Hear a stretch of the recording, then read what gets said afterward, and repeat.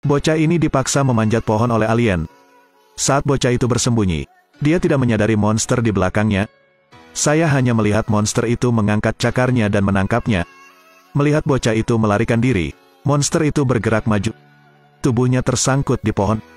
Begitu saja, Will ada di sana sampai senja. Monster yang membuat Will tidak bisa pergi. Tiba-tiba, seekor kupu-kupu alien mendarat di lengan Will. Bocah yang sangat gembira itu terkejut karenanya. Kemudian kupu-kupu itu mendarat di jari monster itu.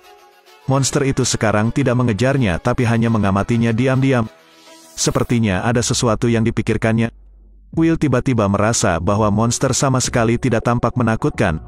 Setelah kupu-kupu pergi, monster itu kehilangan momentumnya. Merah di wajah juga menjadi lemah. Bagaimana cahayamu? Monster itu tidak menjawab, hanya perlahan menundukkan kepalanya. Will menatap pohon itu dengan matanya. Jelas monster ini perlahan kehilangan vitalitasnya. Apakah kamu akan mati? Benar. Bocah itu tiba-tiba menyadari ada api yang membakar di hutan terdekat. Dalam sekejap, api menyala di bawah pohon. Monster yang menghadapi api juga mulai panik. Will mencoba memanjat lebih tinggi tetapi gagal. Saat ini, monster di bawah pohon juga merangkak di bawah. Untuk sesaat, tubuhku sepertinya benar-benar kehilangan vitalitasnya. Bocah yang melihat ini mengumpulkan keberanian untuk merangkak di depan monster itu. Monster juga tidak menyerang Anda. Kamu tidak harus mati.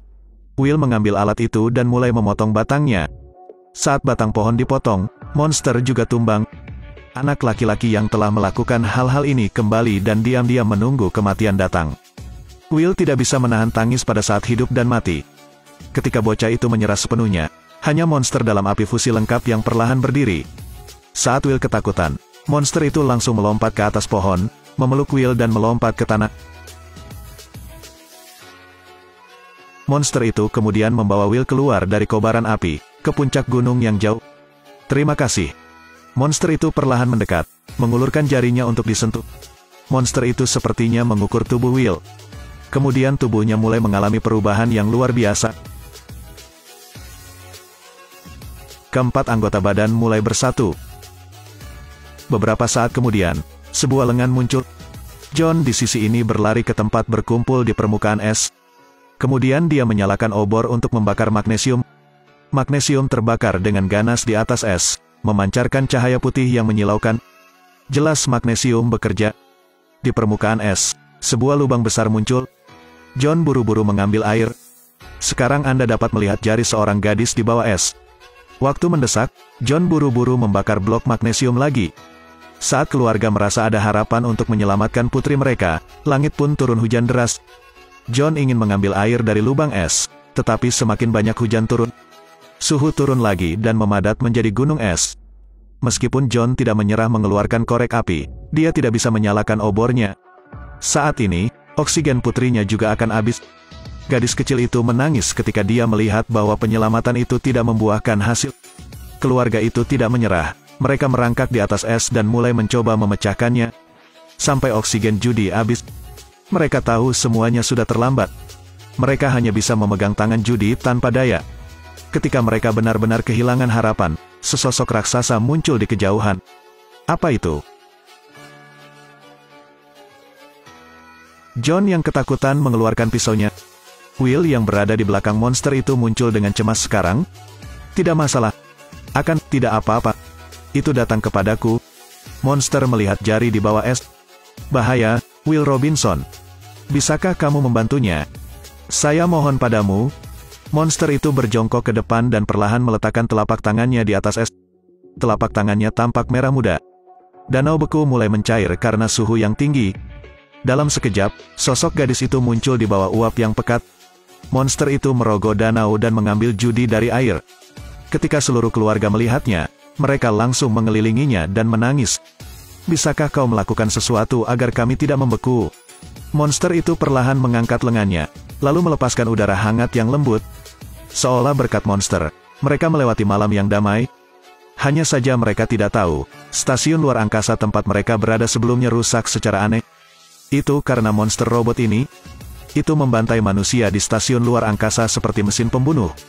Kemudian stasiun luar angkasa hancur total. kapal pelarian dan stasiun ruang angkasa yang tak terhitung jumlahnya tersedot ke dalam lubang hitam yang tidak diketahui. Setelah lompatan, mereka datang ke galaksi misterius ini. Pagi ini, Maureen menyentuh monster yang dilihatnya untuk pertama kali, dan monster itu anehnya lembut, hanya dengan patuh berdiri di sana. John dengan hati-hati bertanya dari mana robot itu berasal. Will mengira dia mungkin kehilangan ingatannya dalam kecelakaan itu. Pada saat ini, monster robot itu tiba-tiba mulai beraksi. Ini melepaskan suhu tinggi yang mulai tenggelam di bawah danau glasial. Kemudian es segera membuat sebuah lorong. John mengontrol pesawat untuk mengalirkan air, dan monster robot itu berubah menjadi pengasuh.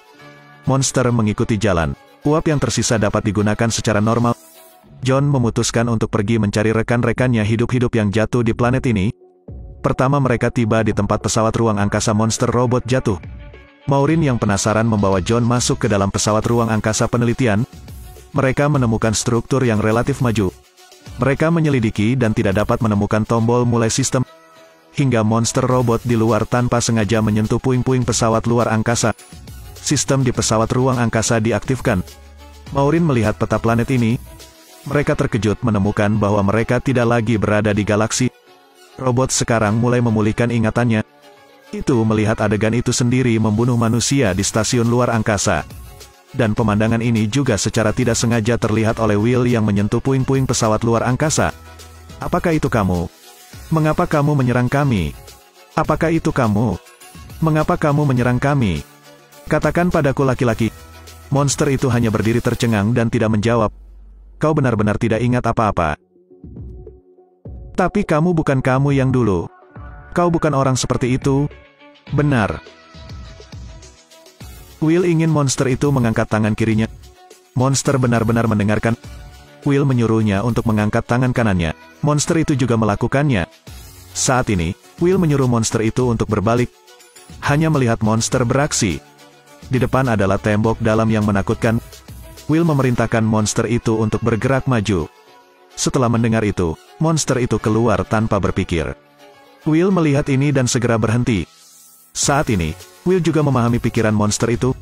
Monster itu berjongkok melihat bocah itu, dan Will juga memilih untuk percaya. Saat itu, mereka resmi menjadi teman dekat. Menunggu mereka kembali ke hutan untuk menemui orang tuanya, tiba-tiba ada sesuatu yang jatuh dari langit.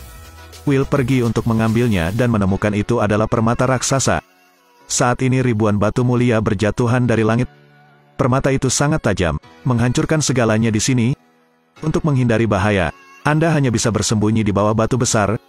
Saat mereka benar-benar bingung, suara putri sulung terdengar dari radio. Penny menjelaskan bahwa dia yang mengemudikan tank itu. Ternyata, 1 jam yang lalu, Penny melihat badai dahsyat datang di danau yang membeku. Karena lembah terlalu jauh, radio tidak bisa menghubungi orang tua. Kedua saudari itu segera mengemudikan pesawat luar angkasa untuk menabrak permukaan danau yang membeku. Kamu gila. Lagi pula seseorang harus melakukan sesuatu. Penny mengemudikan kendaraan segala medan itu keluar. Dia berkendara ke tebing, melihat lereng bukit yang terjal dan curam di depannya dan badai. Dia memakan satu-satunya kue yang tersisa untuk menekan rasa takutnya. Sekarang dia tidak dapat menemukan lokasi orang tuanya sama sekali. Saat orang tuanya kehabisan cara, monster itu berdiri di atas batu dan berubah menjadi mercusuar. Mengabaikan serangan itu, permata mulai memandu jalan. Cahaya itu. Penny berkendara ke sini dengan cahaya terang. Seluruh keluarga buru-buru bersembunyi di kereta berbenteng. Akan mendeteksi monster tidak bisa masuk. John menyuruhnya untuk mengambil bagian belakang kereta. Kereta itu dengan cepat lolos dari badai yang mengerikan. Kemudian kereta pergi ke gurun. Pada saat ini, seorang pemuda menemukan keberadaan sebuah kereta.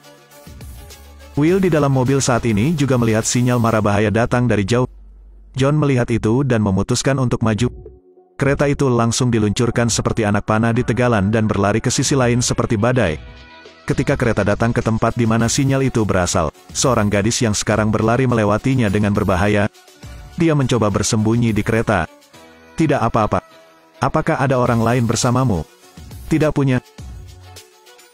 Hanya saya. Ayo cepat. Dan sekarang pria itu mengeluarkan kotak amunisi sinyal kosong. Dia sepertinya menyadari sesuatu. Kereta melaju ke pesawat luar angkasa dengan kecepatan tercepat. Dan di belakang datang badai yang mengerikan. Dalam jeritan seluruh keluarga, kendaraan perang itu masih ditelan badai. Judy berada di kereta dengan cemas melihat ke kejauhan. Dia hanya melihat cahaya putih di badai guntur. Kemudian kereta itu terbang keluar dan berlari ke gudang pesawat luar angkasa sebelum badai. Orang di dalam mobil masih belum pulih sepenuhnya. Gadis yang melihat monster robot itu jelas panik. "Jangan khawatir. Itu tidak berbahaya." Gadis itu menatap monster di depannya dengan kaget. Ternyata, seminggu yang lalu, gadis ini baru saja menyaksikan robot monster membantai orang. Smith panik ketika dia melihat pria yang terluka di sebelahnya adalah dokter. Dia segera melepas pakaian pria berlogo dokter itu. Dokter bahkan mengatakan bahwa Smith menyelamatkannya. Detik berikutnya Smith mengenakan pakaiannya dan pergi sendirian. Smith tiba di kapal pelarian, membuka kekuatan pesawat luar angkasa dengan lencana. Kemudian minta 2 pramugari untuk mengantarnya pergi. Hanya saja, pesawat luar angkasa itu tiba-tiba tersedot ke dalam lubang hitam. Ketika anak laki-laki yang mengemudikan pesawat itu terbangun, dia terkejut karena ada jurang di depan matanya. Dan pesawat ruang angkasa mereka jatuh di jurang planet ini.